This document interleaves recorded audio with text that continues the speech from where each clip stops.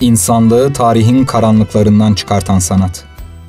Mezopotamya'nın verimli topraklarında her biri ustasının hünerlerinin nişanesini üzerinde taşıyan, buram buram kokan gümüş eşyalar.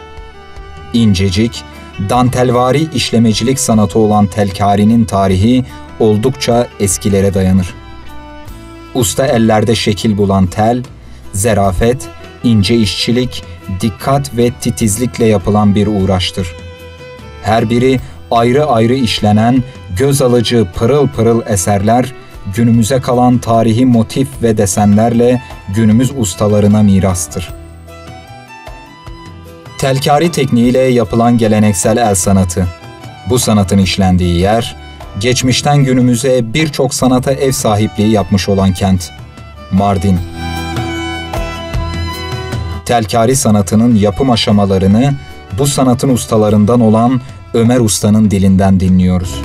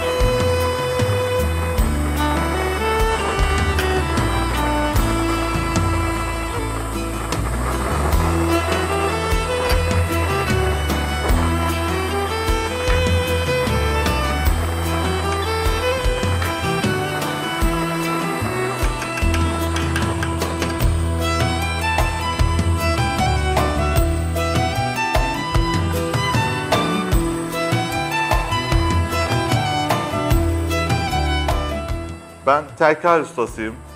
Mardinliyim. Mardin'de dünyaya geldim. 20 yıllık bir telkar branşıyla uğraşım var. 20 yıl telkar ustasıyım. Yaklaşık 9 yaşından beri bu sanatla ilgilenmekteyim. 1993 yılında George Tavşan Usta'nın yanında başladım hayata. İşte 93-96 yılının sonunda George Usta'nın göç etmesiyle Serkan Ortaç ve Yusuf Paşaoğlu Pataç Kuyumculuk'ta işe başladım. 2000 yılında tabii orada çıraklık aşamasını açtığım için kalfa olarak başladım. 2000 yılında ustabaşı olarak atölyeyi devraldım, 11 kişilik atölyeyi. 2007 yılı askere gidene kadar atölyede ustabaşı olarak çalıştım. 2009'da ilk atölyemi açtım. Tabii o zamanlar hani telkari işliyorum fakat bu sanatın ne kadar değerli olduğunu farkında değilim. Yani ben işliyorum, işimi iyi yaptığıma inanıyorum. Telkari milattan önce 3000 yılına kadar dayanan, 5000 yıllık bir tarihi olan bir el sanatıdır. Adından da anlaşıldığı gibi gördüğünüz gibi tellerin işlenmesinden meydana gelen ürünlere telkari denmektedir. Şimdi telkariyi yapmadan önce bir maden, gümüş madenimizi eritiriz. Madeni potada erittikten sonra belli kollu tel makineleri vardı. Şu anda günümüzü bobinajlı yani motor gücüyle kullanılan makineleri aldı. Sadece telkarinin şu anda faydalandığı nokta bobinajlı makine, tel astar makinesi. Telden çıkan, şu kalınlıkta çıkan teller kademe kademe şu haddelerde çekilerek inceltilir. 80 mikron, 60 mikron, en sonunda 24 mikrona getirilip birbirine sarılıp ezildikten sonra telkari telimizi elde ederiz. Bu haddede telin işlenmesinde bu haddeler fayda sağlamaktadır. Bu haddelerin dışında şekil vermede haşteyimizi kullanırız, örsümüzü kullanırız. Örnek veriyorum bir yüzük alyansı yaptığımız yüzük malafamızı kullanırız. Şekil motiflendirilmesine telkarinin sarımındaki en önemli etken ise çifttir. Bütün olay aslında bu çiftedir. Eski ustaların çok hassas yönleri vardı ki ben kendi ustalarımla ve başka 3 ayrı ustada beraber çalıştım. Eski ustaların şu özelliği vardır. Çiftlerini, makaslarını, penselerini kimseye vermezdi, paylaşmazdılar. Çünkü o onunla özdeşmişti. Başkası makasını tuttuğum ustam kızardı. Benim makasımı kimse ellemesin derdi. Ondan gelen bir adet de var bizde, bende daha doğrusu. Kesinlikle kendi kullandığım alet edevatı hiçbir ustayla paylaşma. Hiç kimseye de sadece hani alıp kullanması için mi? Hani ben şu parçaya hayır derim. O benim makasım, sen diğer makası kullan derim. Öyle bir ayrıntı da vardır. Onun dışında renk vermesi için maddeyi, gümüşü bitirdikten sonra maskala vururuz. Kalem, tıraş, gene kenarlarını almak için kalemi kullanırız. Etrafına motif eğer işleyeceksek yuvarlak manafayı elimizde sarabilmek için bu çivi veya normal bir yuvarlak çubuk malafa kullanırız. Şekil vermek için makasımızı kullanırız.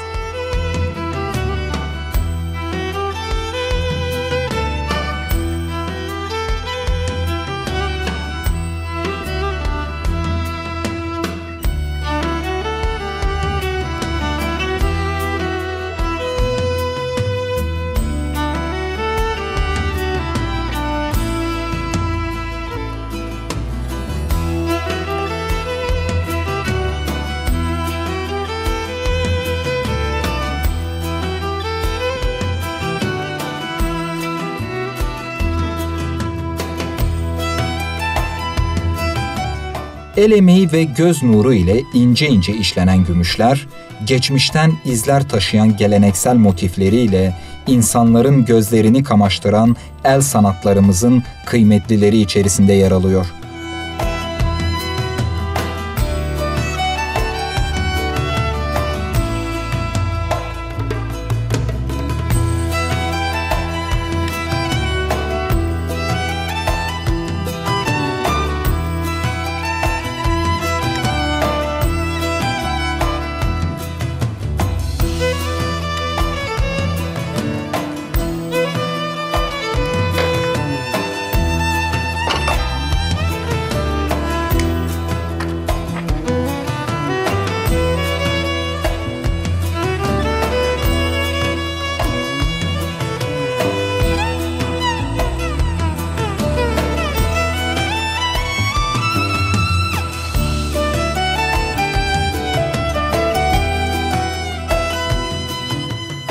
Telkari en başta söylediğim gibi doğadan çok esinleniyor. Yani bir kelebekten esinleniyorsunuz, kelebek yapabiliyorsunuz.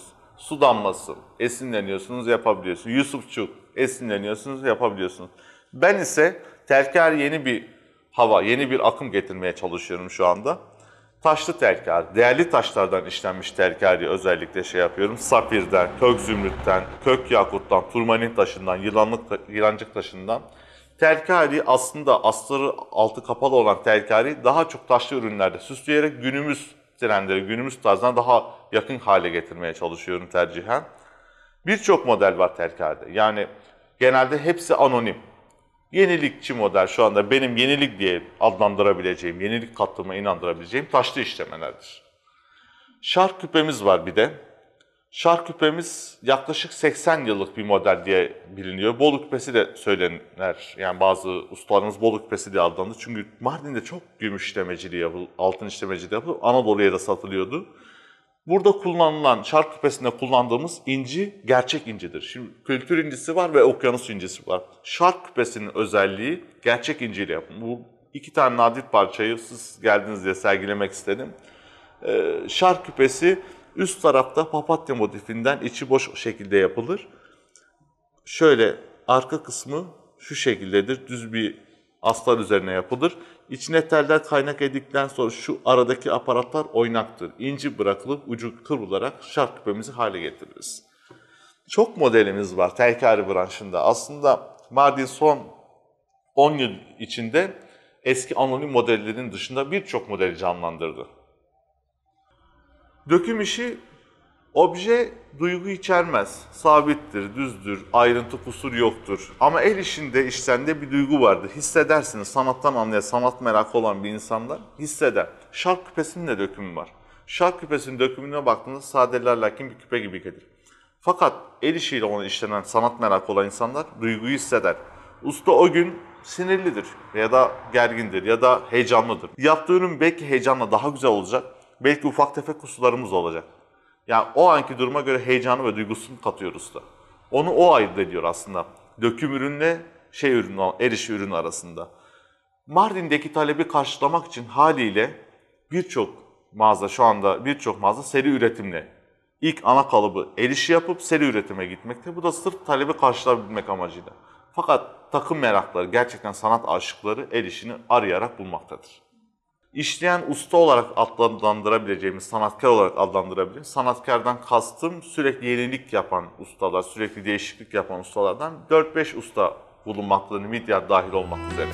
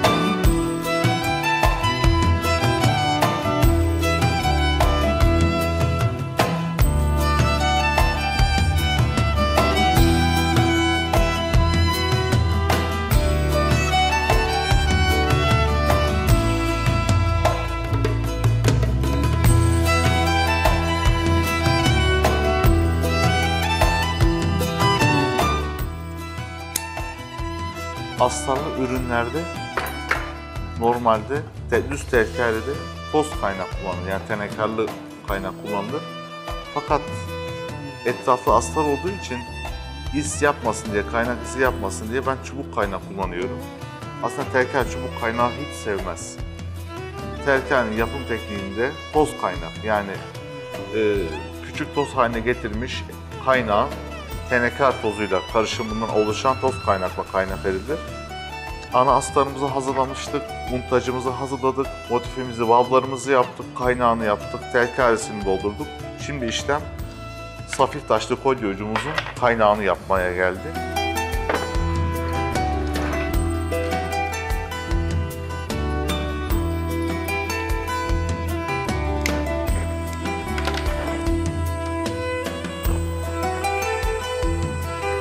Bu sade su değil, tenekar, tuz ve karbonata karışımında oluşan sulandırılmış bir toz karışımı su. kaynağın hızlı erimesini sağlıyor. Tabii su eğer kalırsa kristalleşme yapıyor. Yani toz, karbonat kendini buluyor. O nedenle işlemimiz olduğu süre içerisinde hazırlıyoruz.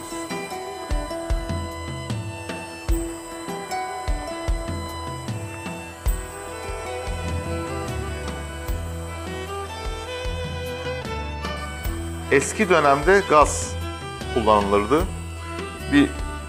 Uzun bir tutayla gaz kenardan vurur, hava üflenerek kaynağını yapılırdı. Tabii o zamanlar bir parça yapılmazdı. 20-30 parça birden yapılırdı, hazırlanırdı. Şöyle tel üzerine dizilirdi. Bu telin üzerine neden tel kaynak veriyorum? Alttan ısı veriyor tel ısıdığı zaman. Daha iyi kaynak yapmasını sağlıyor. Eski dönemde kaynak şekli de aynı şekilde, tek farkı gaz ile işlem yapılıyordu.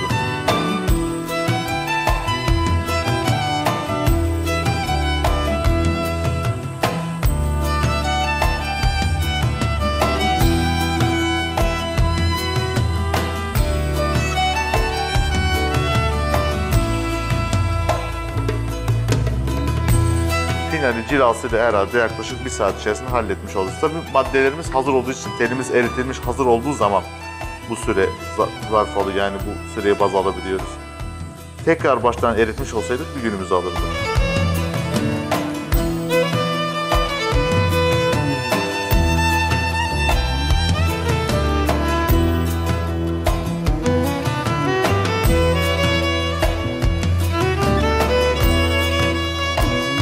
Şu kullandığımız çubuk lehim zaten. İçinde bazı ustalar sarı dediğimiz madenle karıştırma yapıp kaynağını yapıyoruz. Sarı kademinyumla. Ama benim tekniğim sabit. Benim ustam bakırla kaynağı keserdi. Bakır, kademinyum ve gümüş alışımından kaynağı yapardı. Neden sarıdan ustam şöyle derdi. Sarı maden gümüşü yer. Zamanla maddenin şeyini kaybeder. Yani aşınmalarına sebep olur. Bu nedenle biz bakırı kullanırız. Bakır aşınma yapmaz maddede, parçada ve ömür boyu kullanılabilir. Kaynağını yaptığımız süre içerisinde ağız kısmında aşınma olup zamanla kırılmasın diye zımpara yapıyoruz.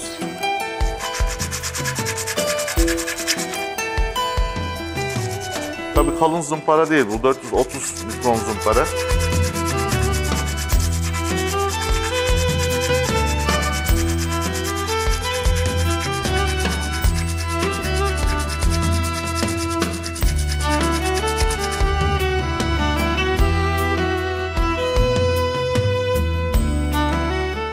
Parçamızın bitim aşamasındayız.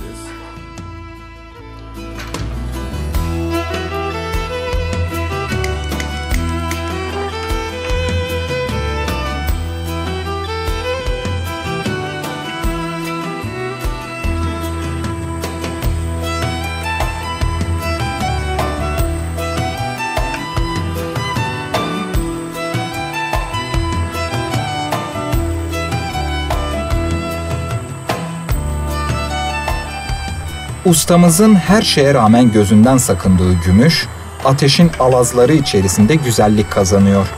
İnce ince işleniyor.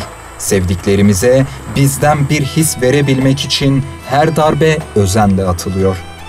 Gümüş, küllerin arasında ışıltısıyla sızıyor göz kamaştıran güneş ışığı misali.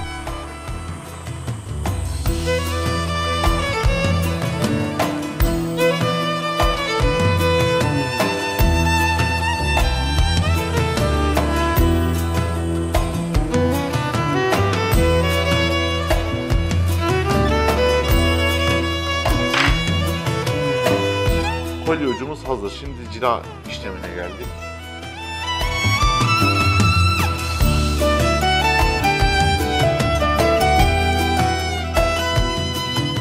Bundan sonraki nesiller inşallah öğretmeye çalışacağız ki gönüllülük esası bu sanat. Yani bir fedakarlık, hayatınızdan fedakarlık ediyorsunuz. Çünkü biz 8 yaşında, 9 yaşında bu sanata başladığımızda sabah 7.30-8'de mağazaya gelirdik. Mağazayı temizle, oradan atölyeye geçerdik. saat akşam 7-8'e kadar da orada kalırdık. Hayatımızın bütün bölümünü de bu şekilde fedakarlık içinde bu sanatı öğrenmek için adadık. Bu fedakarlığı gösterecek her birey, yani çıraklık, kalfalık, ahilik sisteminden bahsediyorum. Çıraklık, kalfalık sistemini geçen, ustabaşına seviyesine ulaşan herkes bu sanatı öğrenebilecek. Ama bunun için biraz dediğim gibi fedakar olmak gerekecek. Sanat her zaman değer görmüştür. Yani sanat her zaman değer görmüş. Hiçbir zaman sanatın işte eskidi bu sanat artık hani unutulmaya tutmuştur denmez. Çünkü sanat aşıkları sürekli sanata arayış içindedir. Yeniliği arayış içindedir. Telkari'yi işlemek istiyorsanız ilk önce kendinizden fedakarlık vereceksiniz. Bu sanatı öğrenmek istiyorsanız gerçekten sabırlı olacaksınız.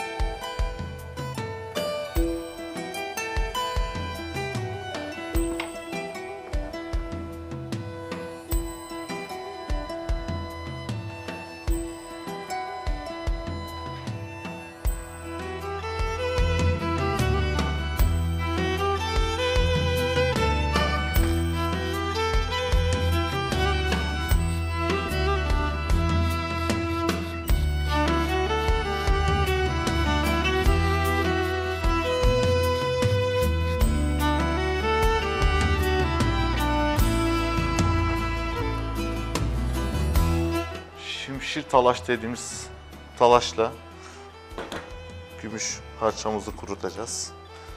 Kuyumculuğa has, yani biz işin sonunu veriyoruz. Biz işin hani en sonu derler ya, herhalde yani her evde şimşir talaş.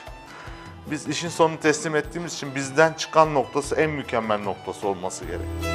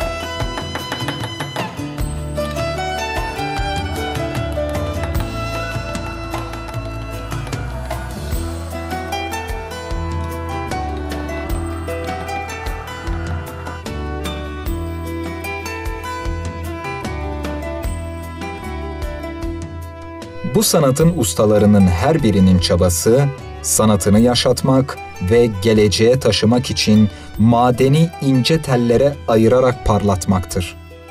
Elbette her daim hatırlanmak ister ustalar, yarattıkları eserlerle.